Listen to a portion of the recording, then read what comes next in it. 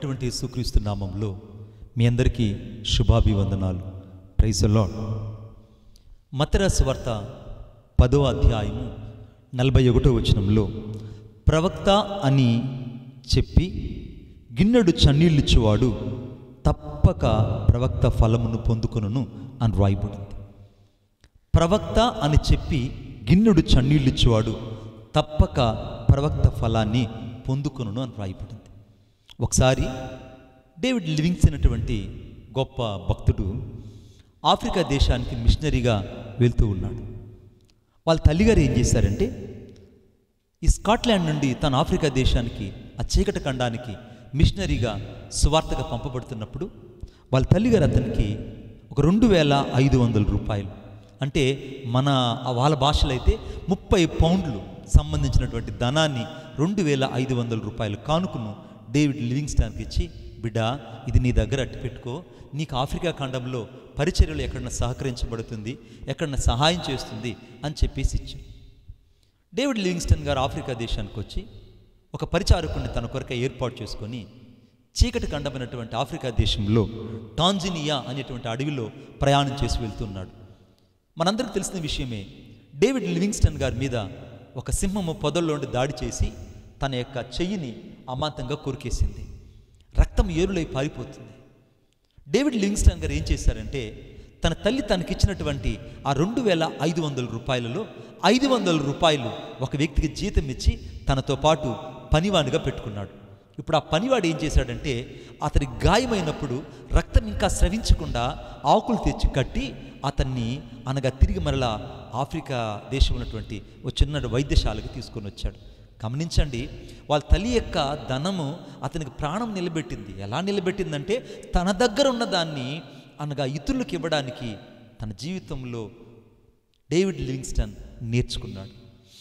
మన జీవితంలో చాలాసార్లు మనకు ఉన్నవి అయ్యో నా సేవకుడికి ఇస్తే నాకేమొస్తుంది అనుకుంటారు ఈ రోజుల్లో.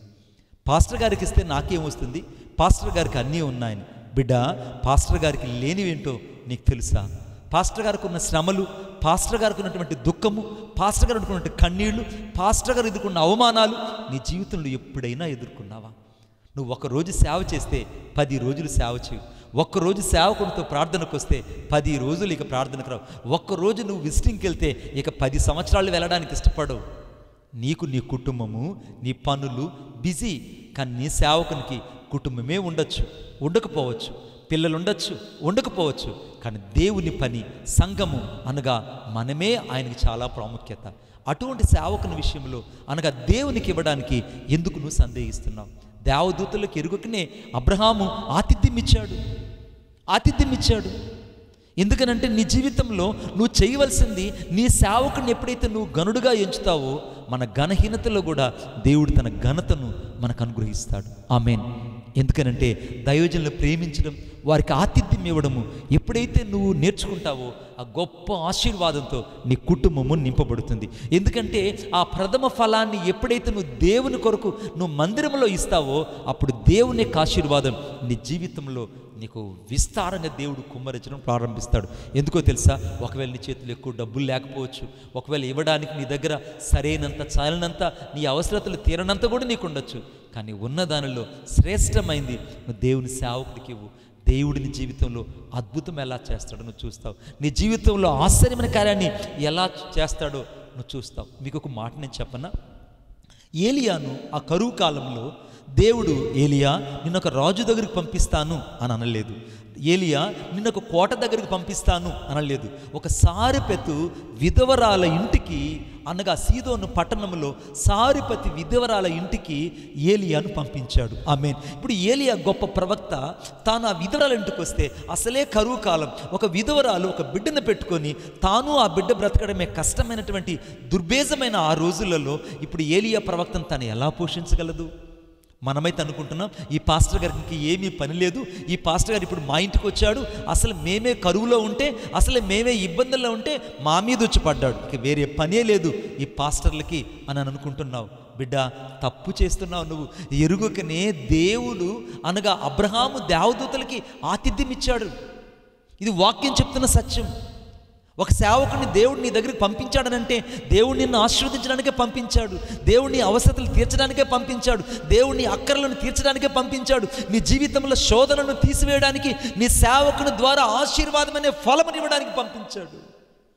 ఆశీర్వాదం అనే ఫలాన్ని నా సేవకుని ద్వారా దేవుడిని జీవితంలో తీసుకొని రాబోతున్నాడు.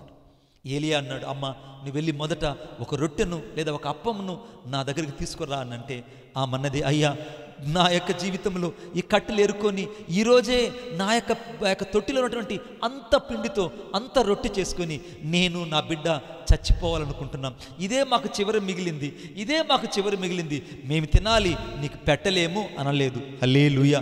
మేము తినాలి, మేము ఇప్పుడు తిని చనిపోవాలి కనుక ఇది నీకు నాకు సరిపోదు, నీ వెళ్ళి ఇంకొక ఇల్లు చూసుకో అని అనలేదండి. ఏం చేసిందో తెలుసా?